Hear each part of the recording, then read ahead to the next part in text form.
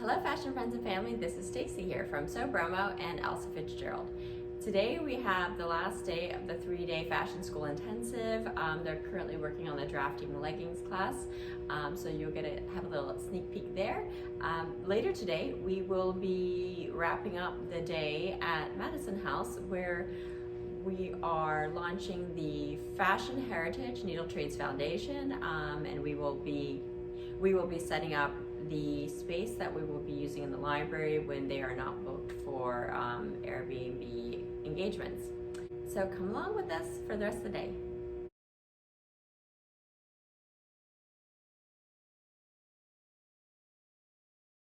There's black binding on here, so I'll go like that, and then this will have a little black tie around the front. And what I was doing with the little circles over there, the little tie, I want to have like little fabric poppy flowers come down. I'll grab it, I'll show you. So basically like the little waist ties, I still have to figure out how I want to do it, but they'll just have like a little, you know, something fun down at the bottom. Pretty. And this is the, what's the name of this dress? Is it the Geometria dress?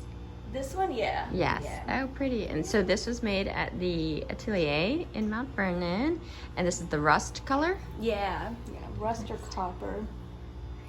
Rusted copper. Then you're going to add to the bottom of it. You said Yeah, I think a swirls. ruffle at the bottom will look good. Pretty. So I am actually going through these boxes I have, and I randomly found things from when I worked for that garment factory, and I have my notes and some interesting things. There's this book I created called Fashions Unlimited Junior Fashion Apreneur, and I had, oh my goodness, I had started in 2018 hosting these events at the Bromo Seltzer Tower, and this was sort of like my sign-in sheet from that.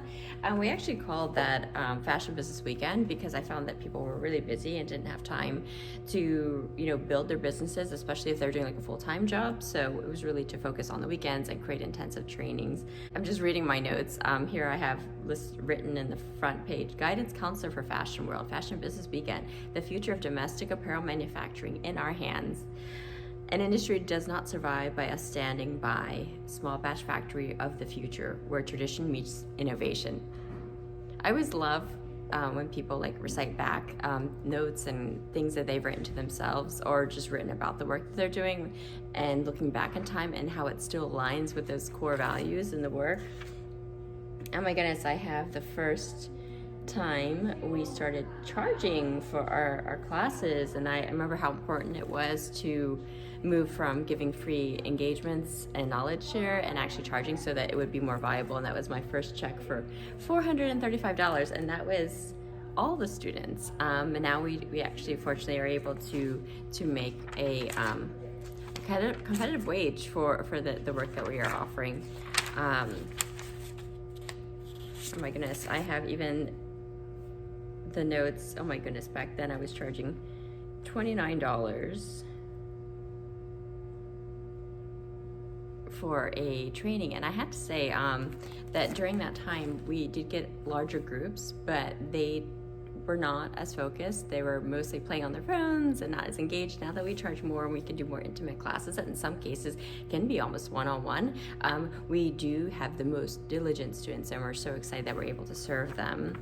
And wow, that's funny. I had started doing some engagement at that time, and I had reached out to Kim Lane from Pigtown Main Street, and we recently just reconnected, and I've got her details here. So the other part is, quite often we are on the right track with the work, but we don't realize it because we're so new to it. So my entrepreneurs out there, trust these notebooks and these ideas that you have, bring them to life, because you may circle back and have years in between and realize, you know what, if I just kept going with that idea, who knows where the work would be.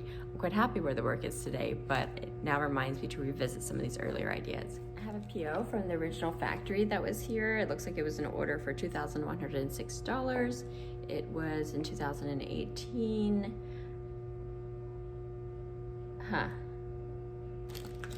Something we did notice with some of the product that was left, they had originally produced their things here in Maryland, but then we saw labels that said made in China. So I sensed, without asking the owners of the company, that they started to see if they could bring and import things and then, you know, provide that embellishment work, with whether that is putting the brand of the school onto that particular garment, because they did mostly do sports things. So for example, Dartmouth D-Tree hockey, the amount it was costing, they were selling those to them for $39.